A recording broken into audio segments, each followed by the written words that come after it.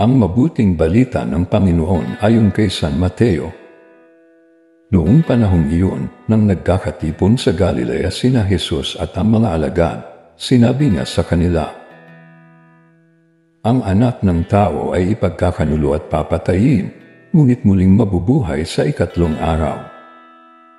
At sila'y lubhang nagdalamhati. Pagdating nila sa Capernaum, lumapit kay Pedro ang mga maniningil ng buwis para sa templo.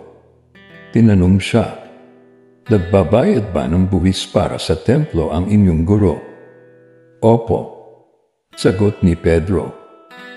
At nang dumating siya sa bahay, tinanong na siya agad ni Jesus, "Ano ba ang palagay mo, Simon? Kanino sumisingil ng bayad sa lisensya o buwis ang mga hari sa lupa? Sa mga mamamayan ba o sa mga dayuhan?" "Sa mga dayuhan po," tugon niya. Sinabi ni Jesus, "Kung gayon, hindi pinapagbayad ang mga mamamayan.